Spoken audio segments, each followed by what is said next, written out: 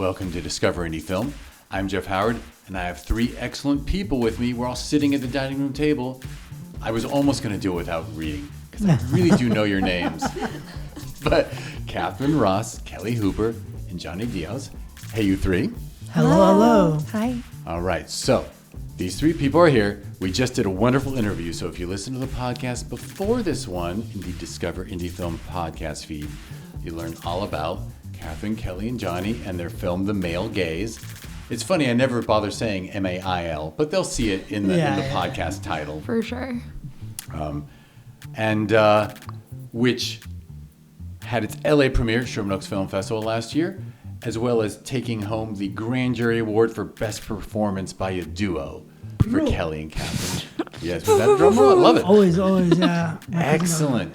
And so listen to that one, and if there's a link in the show notes with where you can watch The Male Gaze, do it, because it's hilarious, well written, well acted, well directed, just a great film. And I'm recommending you listen to that one, because you're going to still listen to this one, because this is what we call a 4 questions episode, which means I always try to get I'm going to say Jonny first. Jonny, Kelly, and Kathryn are all going to take turns answering the Discovery Indie Film 4 questions, which are: name 3 films you love, name an underrated film, name an overrated film, and name a lesser-known film that people should seek out. By the way, you can fuck around with it. You can say 1. You can 1 when it's 3, or 3 when it's 1. I'm not wearing a black and white striped shirt with a whistle.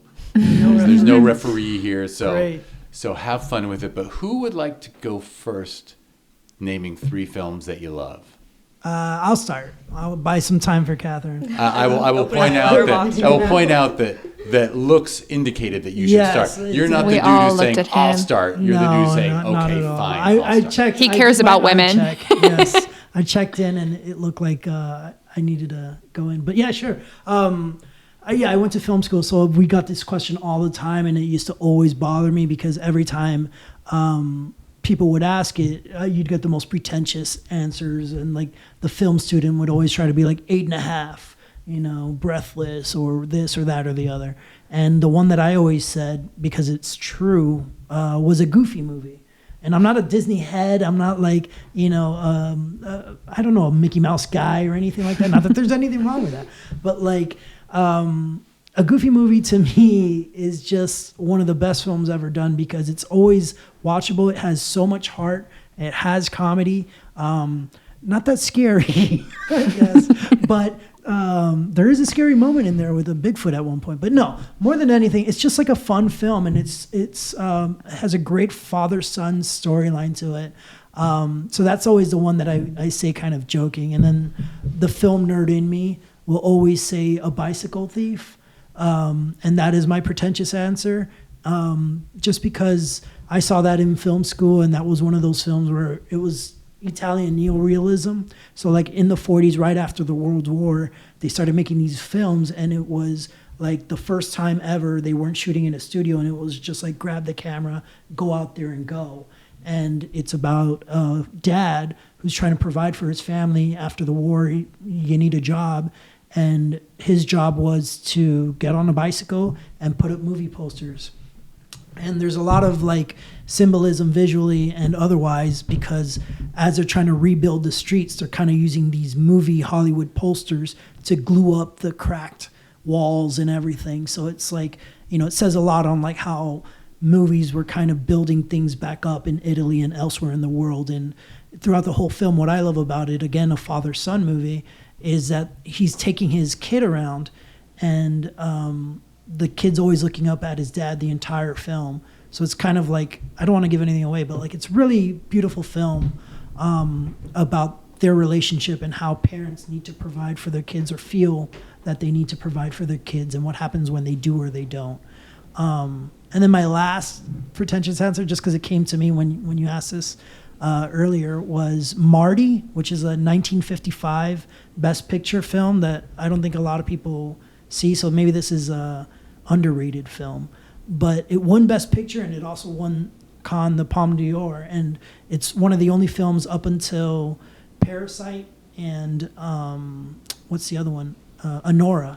So those are the only 3 films that ever won both awards Best Picture and Palme d'Or. And Marty's great because it's just about a guy who's not that good looking and a girl who's supposedly not that good looking, even though she's beautiful when you watch it. It's these two people. It's like we're two ugly mugs, and they kind of get together. And he's got a great line in there that I'm going to give away because let's say people watch it or they don't. But his friends are like, hey, come on, you should come out with us again. And this is the ending of the film. So, lower it if you don't want to hear it. But he's feeling down because they're making fun of him for trying to hook up with this girl or not. And he's like, but I told her I'd call. And then they're like, forget about her. Come back out with us. And he goes, you guys don't get it. He's like, I got the chance of a lifetime to be with this girl. And I'm fucking up the line already. But he basically said, I'm going to call her and I'm going to beg that girl to marry me. And it's just like a good, beautiful moment in the film. So a little underrated. Those are mine. I'll say my overrated one after. I'll let the girls go. Yeah, everyone gets to answer the first question first, but I've got to tell you something. I pray I'm getting the name right. Yeah. A previous podcast guest, a guy who made an amazing documentary about a disease in Africa, a documentary short.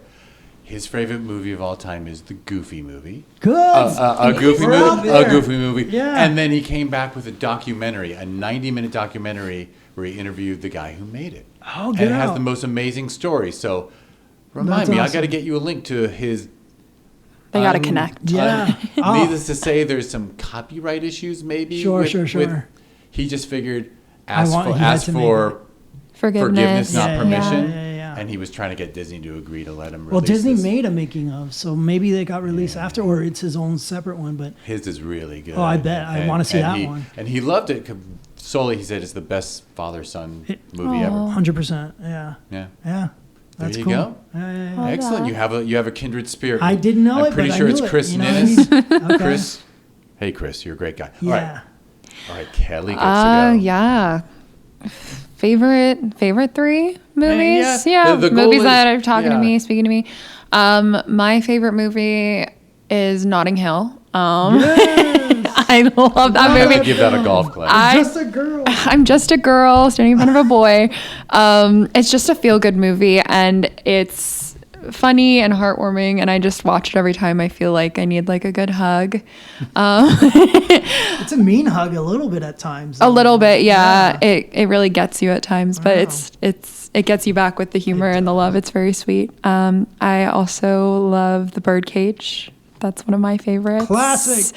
So fun. Yes. Oh, hilarious. Nathan Lane, Robin John Williams. Wayne thing, Oh like my it's God. good It's stuff. just so funny, and I feel like I'm always trying to get people to watch it. Factoid. Did you know that Steve Martin was supposed to be in that? I didn't. Yeah.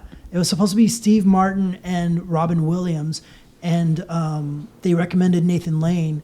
And Nathan Lane always says, I always thank Robin for this because Robin could have gotten some other actor, because the whole thing is like the studio or someone was just like, we don't know Nathan Lane. Yeah. He's not that well known. Yeah, And he was just a Robin stood theater up for actor, him, pretty and much, He was like, yeah. no, I want him in it. Yeah. And he's like, I always like, be Yeah. grateful to Robin for that. Speaking of great duos, like that's just Oh they're an my incredible God. duo. Oh, wow. Beautiful. And then Hank Azaria's physical comedy. is Agador so Spartacus. good. so brilliant. There you go. And then my favorite movie of all time, speaking of Gary Marshall, is The Princess Diaries 2. I think it's the greatest sequel ever made. That's right. We've got Shonda Rhimes, we've got Gary Marshall, One we've of our got favorite wigs. yeah. Oh, well, Johnny makes fun of the wig in it, but I hadn't noticed it because I was so in love with Chris Pine. I couldn't see past his beautiful eyes. I didn't notice he had a really bad wig. Terrible wig.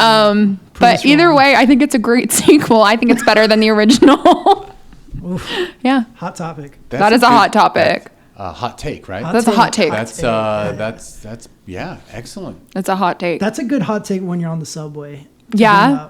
Yeah, when they ask me that. Princess Diaries too. But I is mean, I better. think it's objectively a better It film. is hard to name sequels that were better than the first. Well, that's the only one. So It probably is.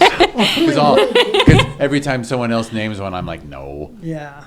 yeah. So is Kathryn ready? I am. I made a list. I don't remember the questions though.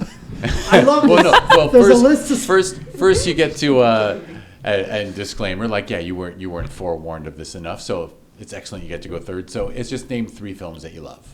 Okay. Grand Budapest Hotel is always the one Nice. that I say is my favorite of all time. I love his like humor. I love that all of his movies have that kind of, you know, like fantasy sort of vibe, that none of them, they feel very storybookish, especially this one, and they're all very larger than life, and I love that. And then Crazy Rich Asians. Oh, nice. I love that movie. Yeah. That's I love it so much. There's so much to love. I reviewed that movie for my podcast too, Oh, just yeah? because I had never seen it, and the person I brought on recommended it, and I was just like, I'll give it it's fun. Were you on a plane? The Yeah, I know. so good. No, At the end, yeah. It's very she heartwarming. sacrificed herself for his happiness. Yeah. That's what love It's really is. good. And then The Sound of Music is also. another Oh one of yeah, my all-time favorites. we got 2 Julie Andrews movies up in here. Can I say that I fell Princess asleep Diaries too. watching that? So Oh, sorry. well, there is an intermission for napping. It was like the first 20 minutes. Oh, But- okay. But maybe I was tired. I will definitely give it another shot. It picks up. Oh, I know.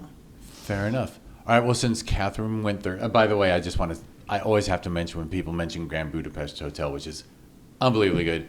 Who knew that Ray Fiennes was like one of the funniest people alive? Oh, my thing is, it's always like comedy is so much harder to do, and drama is like the easier of the two.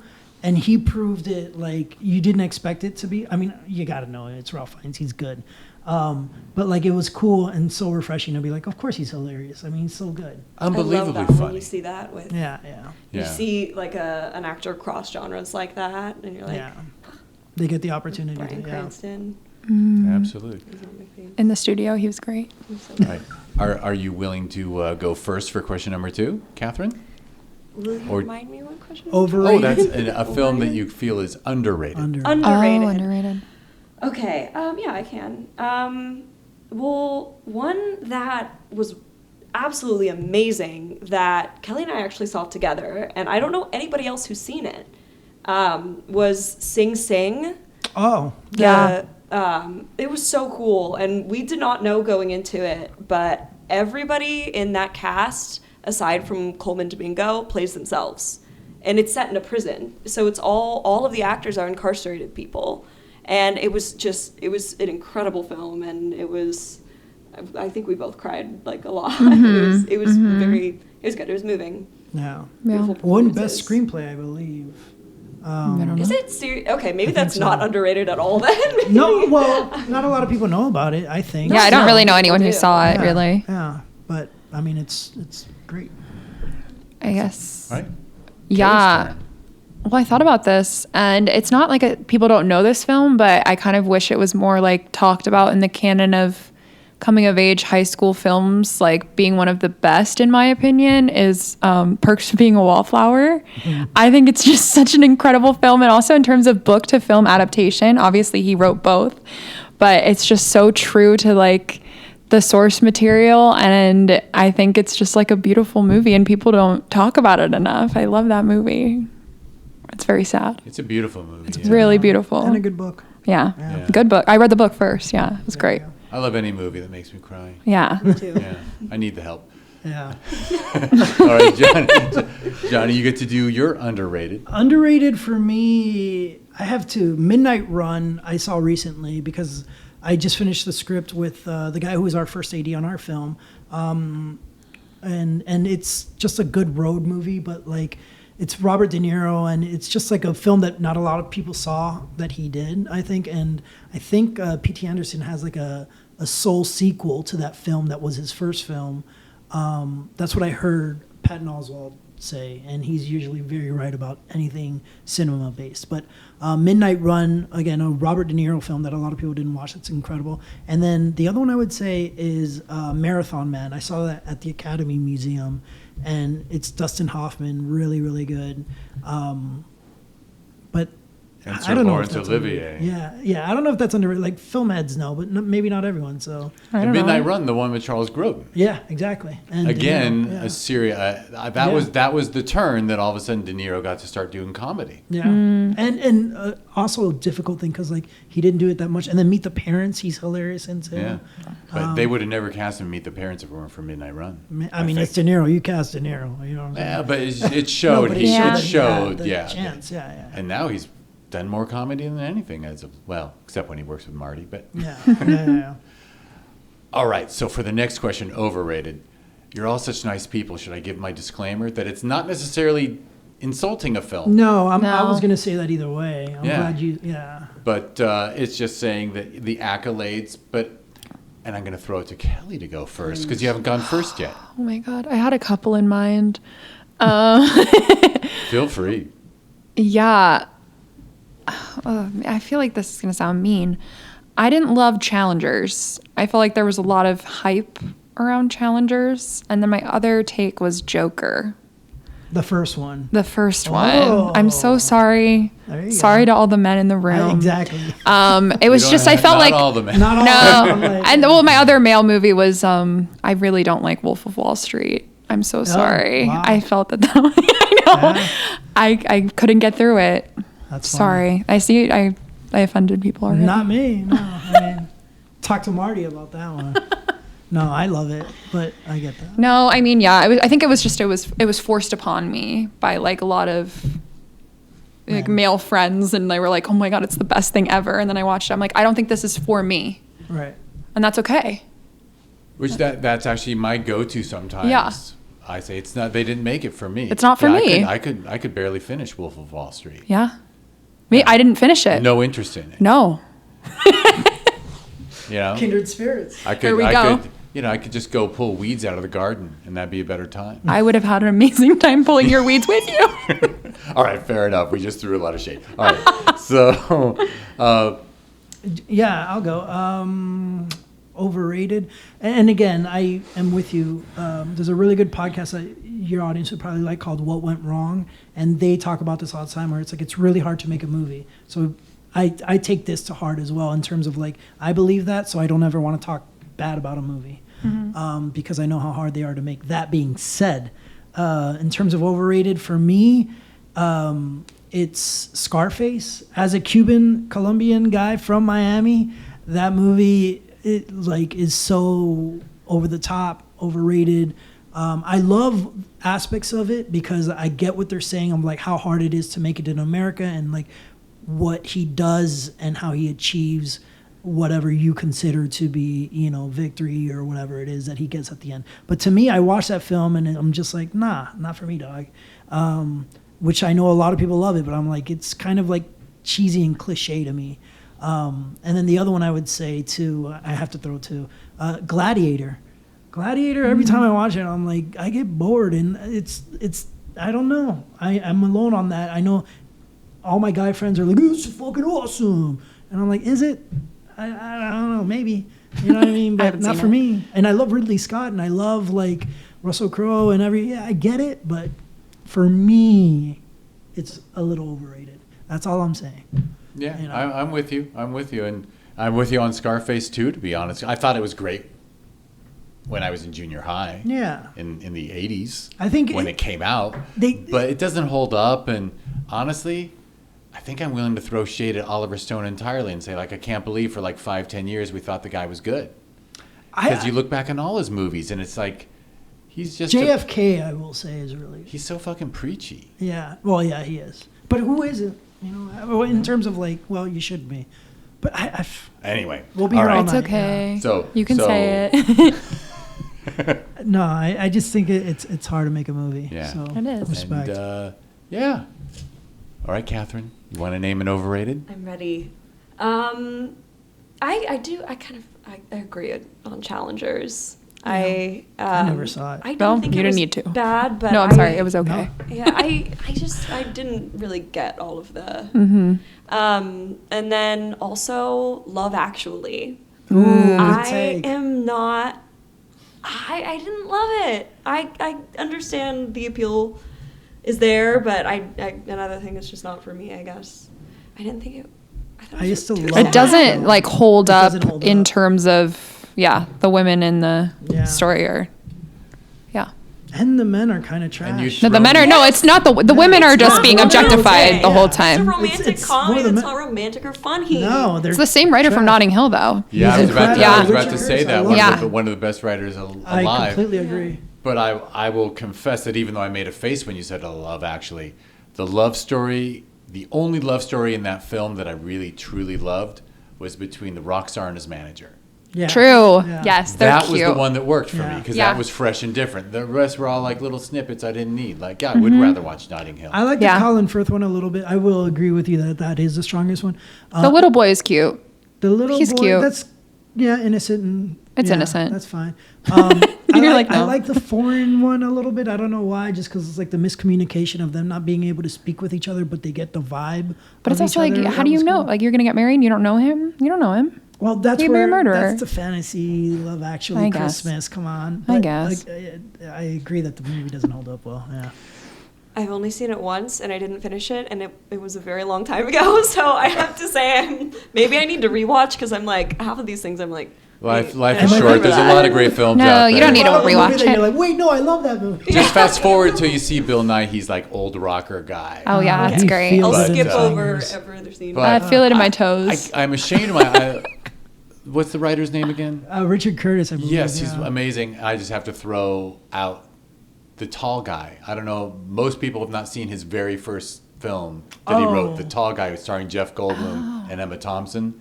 Brilliant film. One of the Oh. I mean, first Emma ones. Thompson in Love Actually, heartbreaking. She is the best part of the Heartbreaking. film And in also, terms Keira of- Knightley was 17. No one talks about that. Whoa. It was creepy. Yeah. Oh, and what's his name? Just had to kiss her. Yes, and she got married in And that. he's I'm like like, it's not even 40. legal. Yeah. He's a great actor. Though. We don't need to talk about it. And then he got chased by zombies, right? Or something. Yeah. By zombies. Oh, Or am I getting the wrong no, guy? you're right. The guy who holds up the sign and then he walks away and says, "Okay, that's enough." Yes, walk away." yes. That's dude from Walking Dead. Yeah, he's the lead. He was We're crossing the genre. one who said Coral. Yeah, I yeah. can't remember. Coral, his son. All right, Oh this my is- God. What a wonderful tangent I threw in there. Yeah, that was a good show. Shout out. All right, we did Overrated. The last one is a lesser known for people to seek out. Everyone's gone first once. Who wants to go first now? Oh man, I feel like I go ahead. I have one in mind. It's a film I saw last year that I actually don't have a single person in my life who saw it. I went by myself. But maybe it's more known than I think. Sorry Baby by Eva Victor. I thought it was like the best movie of last year. Yeah, I think it only grossed like about $2 million and had a budget of about $1 million. But she actually was at the Austin Film Festival, and that was something that like conflicted with one of our times, and I couldn't go. But she wrote it, directed, starred in it, and it's just a really powerful story. But she also finds the humor in it. So I loved that movie, and people should watch it. Excellent. And they can go to justwatch.com, right, and find out where is it streaming it? Sorry, baby. Actually, don't know. Yeah. I don't know. I haven't seen it on anything. it was So. at Austin, so It was but it was, I saw it in theaters like 4 months I see. prior, but she was there doing like a writer's panel, cool. which was cool. Very cool. I confess I hadn't heard of it. So. Yeah, Yeah, it came out like last June. I don't know. I went by myself, but it was great. nice. All right. Next. Who's next? Do you want me to buy you some time, or you got one? No, I actually have one. Hey, All right. But you can't. You can No, go for it. Go for it. Okay, well, I wouldn't say it's lesser known, but maybe more like most people, or maybe a lot of people who I think would enjoy it wouldn't seek it out because they think it's for kids. But the Lego Movie is one of my favorite movies. Good shot. Yeah. It's so good. Yeah. And I feel like most people wouldn't. It's like genuinely funny, in my opinion, and I really like the heart behind it too, and I think it's very good. And I feel like most people would maybe not give it a chance because it really does seem like it's supposed to be a kids movie. The sequel, the Lego Batman movie, is also very good. I heard that It's one's very like one of the funny. best Batman. Almost better. One of the best. By far the best That's- Batman movie. that's what Shout they out to say. Chris McKay, right? Yeah, that's Our right. friend's boss. Yes, yeah. Well, first off, bring back family movies and animated films. So good that you said that. I think my lesser known maybe is Sing Street by John Carney. I went on a tangent about that film when it first came out because nobody knew about it at the time. And John Carney, he has a new film out now with Paul Rudd that's getting a little bit of buzz, hopefully a lot of it, if it's good. I haven't seen it yet, but I'm sure it is. But Sing Street is great. It's about a guy who's shooting music videos, and he likes a girl who wants to be a model, and it's in Ireland. And there's an incredible scene. I get chills even right now thinking about it, between two brothers. I'm getting, it's so emotional. It's so good. And it's just like this one performance about like what it means to be like a sibling a little bit. And it's just a beautiful, like, I can't even, it's so good. I highly recommend that one. John Carney, Sing Street. But yeah, it's about a guy shooting music videos for a girl that he likes and a brother who helps him along the way in Ireland. And can't wait to see. I saw a musical of that.